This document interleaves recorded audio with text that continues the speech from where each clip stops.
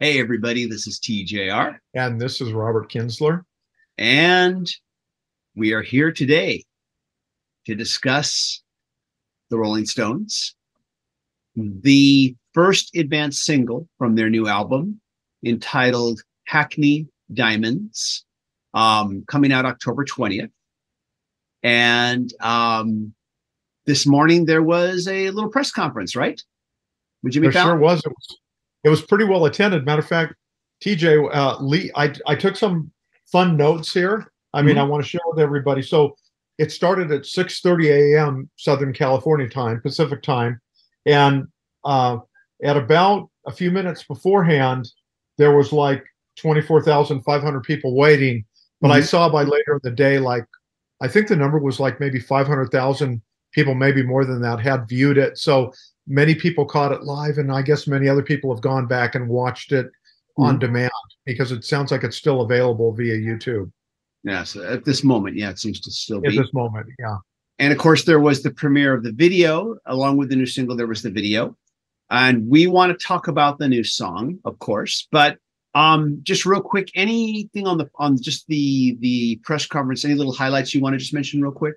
Well, yeah, I guess some of the tidbits released by the Stones, we did learn, and maybe you could, and I believe I heard this correctly. It sounds like Charlie Watts is going to be heard on two of the tracks, Mm-hmm. and then the band also, revealed the news that I guess Lady Gaga also is going to be featured as one of the guests on the album. Mm-hmm. So we heard that, and then Mick I know talked about it like they kind of Jimmy Fallon was talking to him and kind of reading off the song titles, and it sounds like that they cover the gamut from the title song, or the advanced single that we're going to talk about in a minute, to I guess at least one of the songs is kind of like a country western flavored song. And Mick Mm-hmm. said that there's some different styles across the album, so we can look forward to that. Hopefully, this being a pretty ambitious project since it's been so many years since they released their last album of full length material, like 18 years. Yeah, since the probably yeah, I think you're pretty close. If you're not all right on the mark, you're pretty close to the mark as far as years. As far as their last album of original material, Right, you make that distinction because there was that would have been a bigger bang back in 2005. right, Last album right, of original material. Then there was Blue and Lonesome in 2016, which originally started out as the sessions were going to be the next album of original material for the Rolling Stones. And then it's just kind of, from what I've read, let's do a blues number just to warm up. Hey, that was really good. Why don't we record that? Let's do another. hey, Let's do TJ, they're the another. Stones. They can do that. They can And do it whatever just, they want. yeah. And I mean, in that album, a big, I listened to Blue and Lonesome just the other week because I was in anticipation of this single. I listened to Blue and Lonesome, and I'll be honest, it was better than I remembered it. I was really like, wow, yeah, this is great. They sound so dirty and visceral on this album. So I was like, I had originally when I heard Blue and Lonesome, I thought if this ended up being their last album, which was always a possibility, Yes, it sure you know, was. that it could be their last, then this is a great note to go out on, I thought, because they're kind of coming back full circle to their beginnings when their albums were just, cover songs, when they were covering blues artists, and people like Chuck Berry. But yeah, I Right. thought, okay, this is a good, full circle, and this could be a great final note for them if need be, but still was certainly hoping for more new material, more original material. Then, of course, there was the single Living in a Ghost Town in 2020, which I am assuming was recorded as part of this upcoming album, that it will be. I guess they haven't released a track listing yet, so we don't know for sure.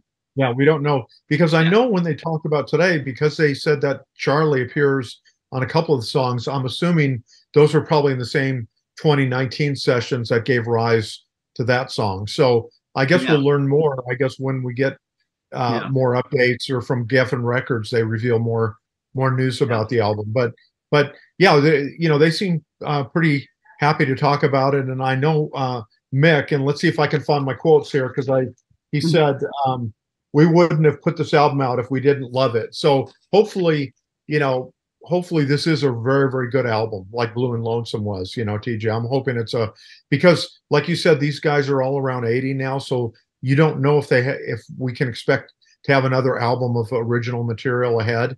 So let's hope this is a great album. I hope so too. Yeah, I definitely want to be hopeful about it. Um, so let's talk about this new single, Angry.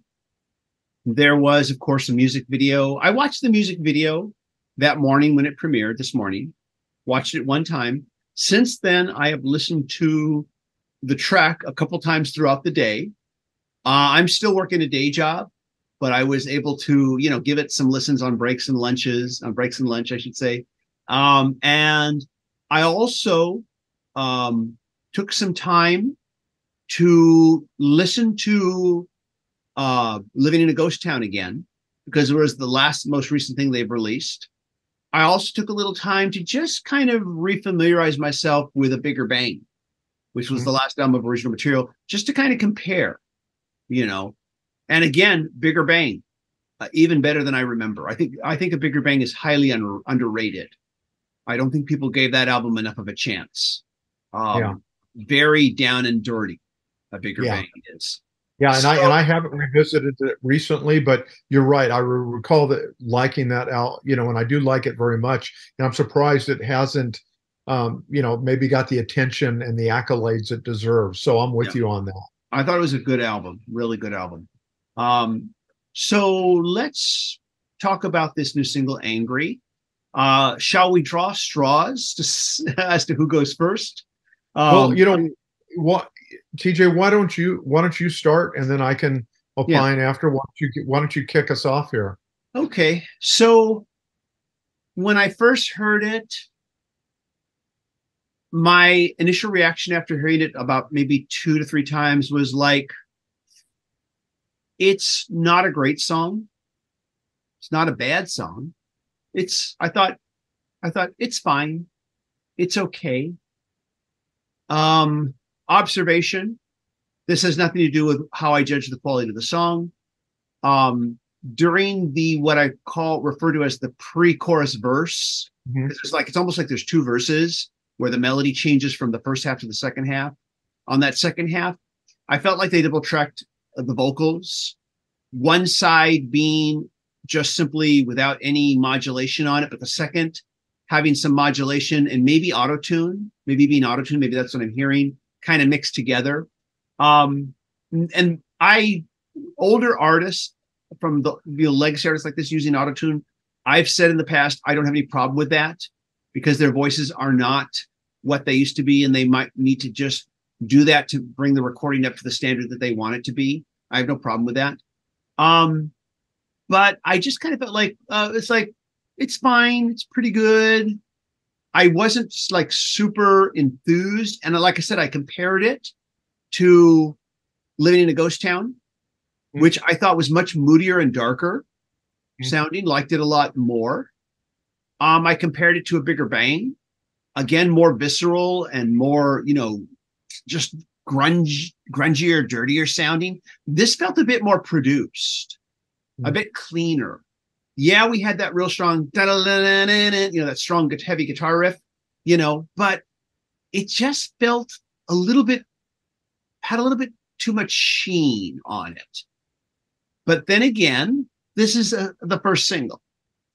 First singles from, rock bands who are heavy, who are known for being heavy, tend to be a bit more audience friendly, a bit more mainstream audience friendly. And so I listened to it again right before we started.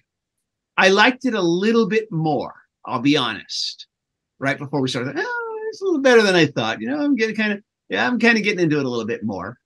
But I'm still kind of in the middle on it.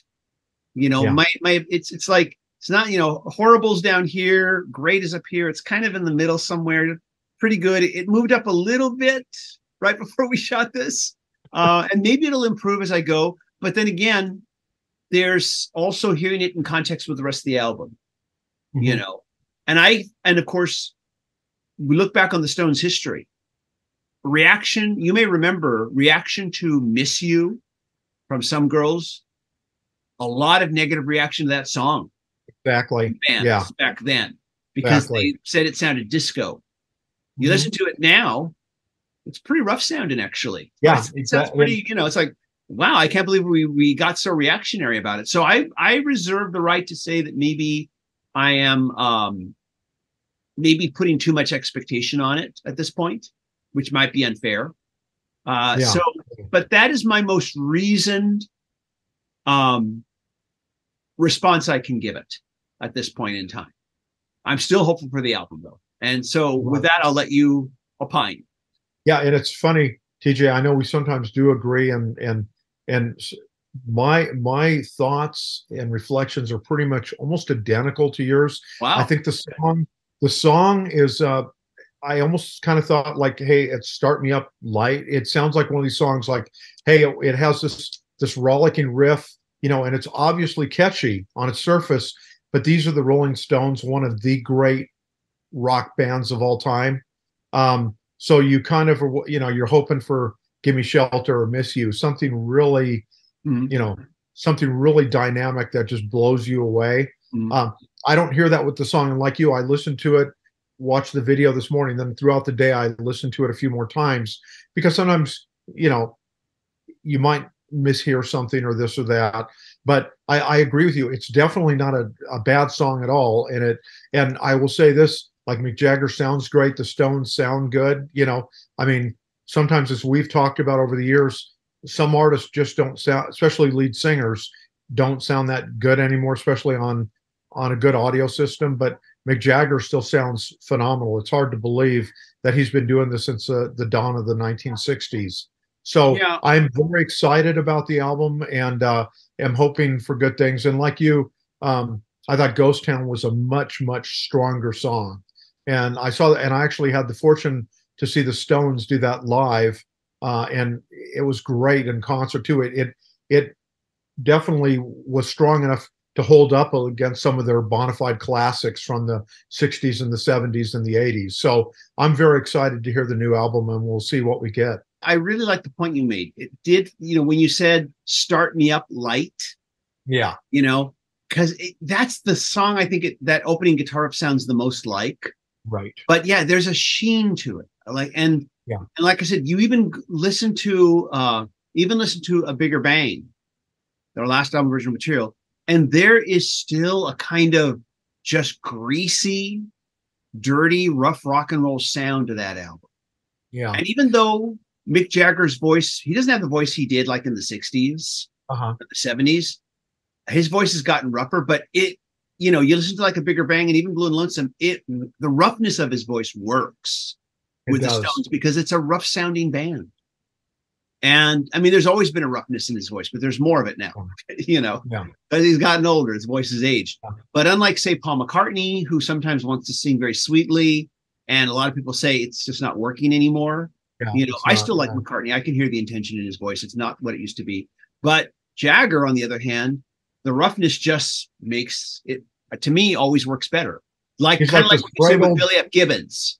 right, exactly. He's like, I was going to just say, he sounds like one of these classic, great old blues singers where, like BB King, even toward the end of his life when he was struggling, he still sounded great when he sang The Thrill Is Gone. His voice just came at you, and it's like, yeah, that's BB King, and boy, he sounds awesome. Yeah. And Mick Jagger, and like I said, I got to see him, relatively recent on a couple of their last tours, and he still blows me away, especially with considering he had the heart-related surgery and stuff, and he's running and singing, and so the guy's a force of nature. It's incredible. Yeah. Don't underestimate a life of sex, drugs, and rock and roll. That's right. That's what people are saying. We're just kidding. Kids, don't do drugs, okay? Yeah. All right. I guess I'm in trouble because I'm not doing his lifestyle. But yeah, no, I think we both agree. I'll be looking forward to to the album coming out October 20th, and I can't wait to hear it. My feelings about the song might change once I hear it in context with the rest of the album. This is not the first time where I've reacted unenthusiastically or not as enthusiastically as I would have liked on an advanced Rolling Stones single.